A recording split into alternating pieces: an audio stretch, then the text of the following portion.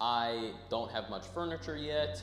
I got fully electrocuted by touching my oven. I dropped a dumbbell on my phone. Ran into Ryan Reynolds on the street. Hey, last time you guys saw me, I was working on my indie game called Castlemancer, which I still am. And I also just quit my job at Google. And at the end of that video, I left it a little ambiguous or broad on kind of what I was doing next after I literally just quit my full-time job. Also, new background. And so I moved to New York City from Seattle. So that was kind of a little update on that side too, which is also why my setup is a little subpar at the moment. I don't have my nice professional microphone because the stuff, pretty much all of the stuff from my old apartment in Seattle is still being delivered.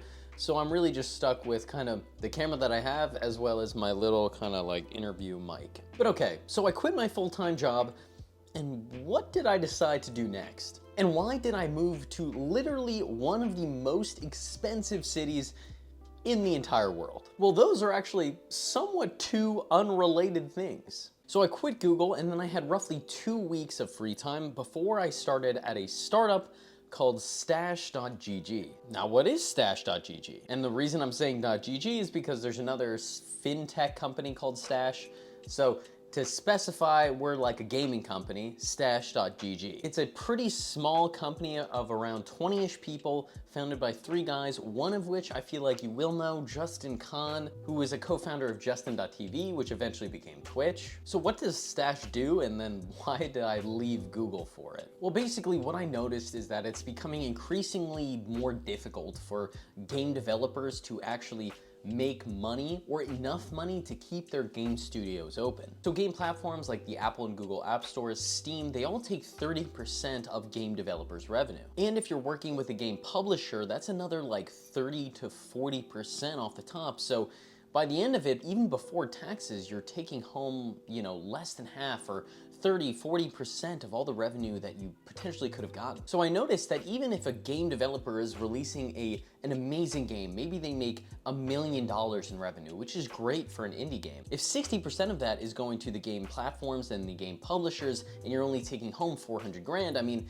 that's good before taxes, but then, if you have more than one engineer or an artist, that quickly starts to evaporate. So what Stash does is we basically build platforms to help those game developers go more direct to consumer and avoid those platform fees. So whether that's through custom web shops, launchers, stuff like that. So we take a way smaller percentage and we build these custom web shops to literally match the theme of the game, so it all feels kind of like one unified experience. And then we ultimately help those game developers drive traffic to those web stores to again help them get more revenue. So if you're driving traffic to those web stores specifically for like more in-game digital items and not for like the actual game itself, which will still kind of remain on those platforms, the game developers are able to kind of avoid that 30% cut that the platforms would take. So it's kind of like Shopify for specifically game developers, but a much more tailored experience with a lot more like custom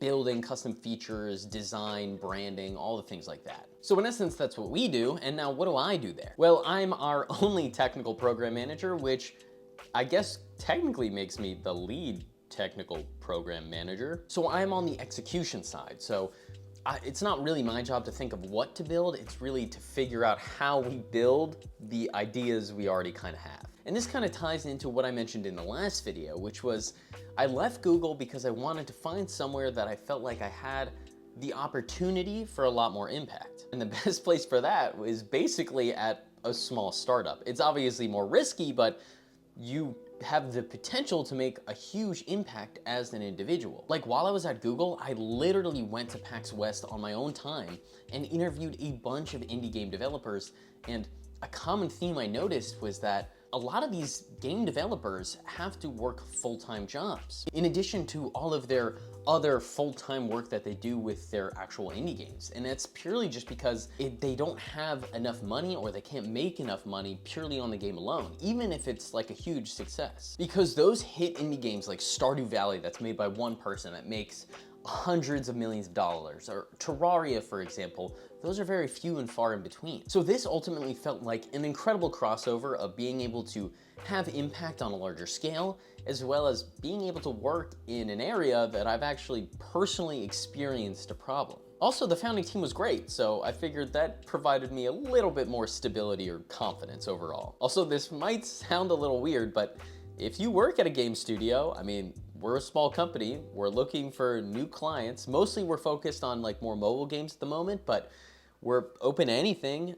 We're still early on in the process, but I really believe in our product, and that's, why I ultimately left the stability of Google for. So you can check our website at stash.gg. If you work at a game studio and maybe this sounds a little bit enticing and you want to learn more, or maybe you want to reach out, you can email me at michael@stash.gg. Okay, so that covers kind of the work side, but why did I move to New York? I'm sitting in my mostly empty apartment. Well, the cool thing about this startup is that it's fully remote. So technically I could work anywhere, and for some reason, I decided to choose one of the most expensive places in the world and the most expensive place in the US. So I had been living in Seattle for 4 years while I was working both at Microsoft and Google. And honestly, Seattle is a great place, but I started to feel like I wanted a bit of a change of scenery, at least while I'm still young and don't have a ton of responsibilities, because as you get older, moving just becomes more and more complex and has a lot more friction and harder to do and everything. And I've always wanted to live in New York, at least for a little bit. I mean, it's the biggest city in the US. I'm a big city guy. I love public transportation.